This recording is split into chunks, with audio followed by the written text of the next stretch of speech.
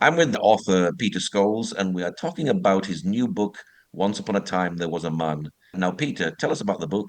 Well, this is Once Upon a Time There Was a Man was actually my second novel, but it's been on hold. It's been kept back for a couple of years now. I managed to get a new publisher, and they read it, and thankfully they fell in love with it, and they decided to hold it back from sale because they wanted to put it forward as an entry for their entry for the Booker Prize for 2024. So even though the book's been around for 2 or 3 years, it hasn't had that greater readership because it's been held back for so long. Now, you actually have in this book Jewish characters. Why did you want to put Jewish characters in the book? There is a lot of connection with the Second World War at one point of the book, and the book is certainly not about the Second World War, but there's a large chunk of it set around that time. So if I tell you a little bit about the premise of the book, Mm. it's about a private detective who is going through various mundane cases that are thrown his way, tracking cases, affairs, a bit of fraud here and there, the usual kind of things that private detectives would be employed for. And the man receives a letter from a guy called Mr. Green, and in the letter it simply says, "I would like you to find a man." And the private detective, he is going through his usual cases. He thinks this is nothing more than just a track and trace. But when the man writes again, I don't think you understand. He said, I want you to find a man. And it begins the hunt of a man from his birth in 1929 all the way through to present day. And along the way, between the 30s and the 40s, while the private investigator is searching for this man, it finds him in wartime, Nazi Germany, and tracking the lives of some Jewish people who were caught up in the battles and the atrocities of the time. Did you have to do a lot of research for the book? An awful lot of research, yeah, really enjoyable as well.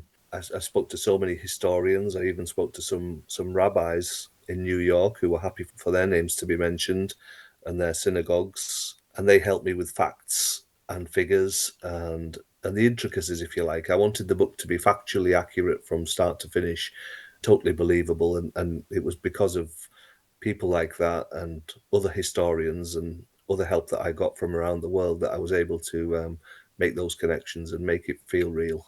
And you've actually based some of your characters on real names, real Jewish names, haven't you? I have friends of yours as well, Paul, I believe, and they've Yeah. been happy to give their names forward. A really good friend of mine, Daniel Frankenberg, was one gentleman who's taken on one of the roles of the main characters in the book, and just researching a bit about his family history, and the family history of others like him in the story.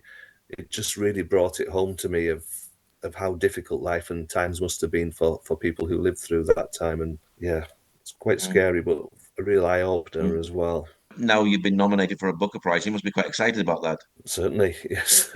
It's one of the stuff of dreams, I suppose, and it's, as you'll know with your own writing, Paul. It's so hard to make a mark in the world of writing. There's so many people producing brilliant work and never getting their voices heard, and to be actually taken on by a publisher is a rarity, and for them to deem my work good enough for nomination was fantastic for me and quite breathtaking, to be honest.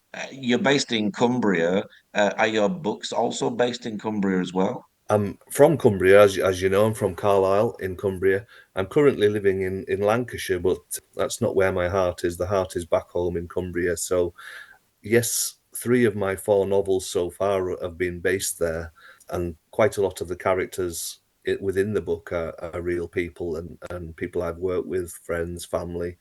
So it just adds that extra bit of feeling and love for the book and love for the story when I'm writing, knowing that it includes people that mean so much to me. Tell us about some of the other books that you've written as well. The first book I wrote, the first novel, was a thriller that's called Conscience. And somebody once told me that you'll never be able to write a book with more than three or four characters in. So I set about writing a book with 20 characters in, and it was all written through thought of these 20 characters. So when you're reading it, it's almost like you're in the minds of these people. And throughout the story, all 20 characters' lives overlap at one point or another, and it basically it shows the impact that you can have on other people just by chance meetings or chance conversations, things can snowball from there. I then had Once Upon a Time There Was a Man, which is now overtaken some of the others. But my third one was called With Every Breath, and that tells the story of a little girl who suffered terribly at the start of her life through neglect, left to die almost. And the story is about how a community, everyone in a community, can rally round and help and support and basically bring this girl back to life again. To me, that was probably the most touching book or touching story I've ever written. And even now, when I read back, it brings a tear to my eye. It means a lot to me, that story, and I'm really proud of that one. I'm hoping that that one will take off as well in the same way as Once Upon a Time, but time will tell. And the most recent one is called One Last Waltz, and that's set in a place just outside of Carlisle in Cumbria, a place called Brampton, and it's set inside an old folks' home, and it basically tells the story about the importance of time, the importance of the time we have together, and with the old people as time is running out. How are they going to make the most of this time? How are they going to live life to the full, if you like? And hopefully, if you were to read that story, it's a really uplifting one. It's not morbid or somber at all. It's one that hopefully would make you think, wow, this is me. This is the way I want to be when I'm growing old disgracefully. When did you start writing and how did you start?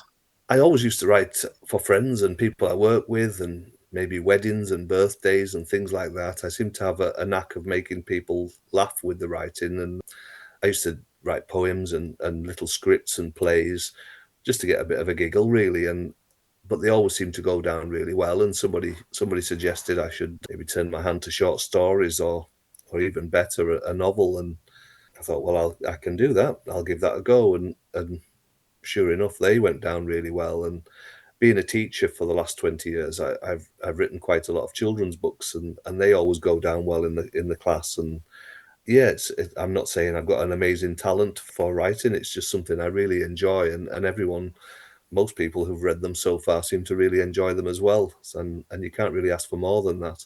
If I was able to make a career of it, wow, that would be the dream come true. And you never know, the Booker Prize might just be the start. Has writing always been a passion for you? Yeah, yeah, it is.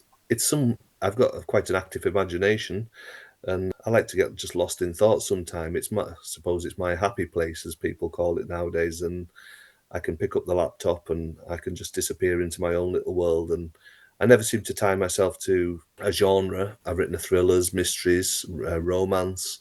I don't think there's any genre that people can't attempt. We shouldn't be pigeonhole what we do. And I've got a crime novel hopefully on the go soon. Got to turn my hand to a non-fiction book as well, a bit of an autobiographical piece, and just see where it takes me. Like I say, I'm not tied to any particular genre, so let's go for it. So yeah, you've got a few more books in the pipeline already. I have, yeah. I've got two on the go at the moment. I'm a big Carlisle United football supporter, as you probably know, Paul, and I Mm. thought, well, I've been going for 40 years, so surely there's a few stories there. And I started writing a book about the team and basically about the culture of being a football supporter and finding yourself in all sorts of dangerous situations or funny situations. And the more I started to write them, the more I realised I had a story to tell. And again, I've invited other people to contribute to this book as well, and they're coming forward with their own little tales. And it's one thing; it just seems to have snowballed. So the football club themselves have been involved, and the local media have been involved, and it's turning into something that was a little bit of an interest at the start has turned into quite a big production, hopefully. So if that's successful, all the better. Family and friends think about the books that you've written. Yeah, most of them are in it, to be honest. There's uncles, aunts, cousins, they all seem to play a part at some point, including the Once Upon a Time There Was a Man. I think there's about 5 or 6 family relatives in that story. So yeah, they're all fully supportive, and it's great to see. I guess family would be very, very careful what they say to you because they might find it in a book the next time they read. Exactly. And I think you might be in the next one as well, Paul. Where can people get a hold of your books? They're all on Amazon at the moment. The Once Upon a Time one is slowly being filtered out to various booksellers around the world at the moment. There's Waterstones in England, there's Barnes and Noble in America, but they're all on Amazon at the moment. And like I say, if they can be requested from any bookshop in the world now, they can come in on order. So hopefully, after this interview, Paul, there's thousands of sales. Well, Peter, thank you very much for sharing today. My pleasure. I look forward to speaking to you again.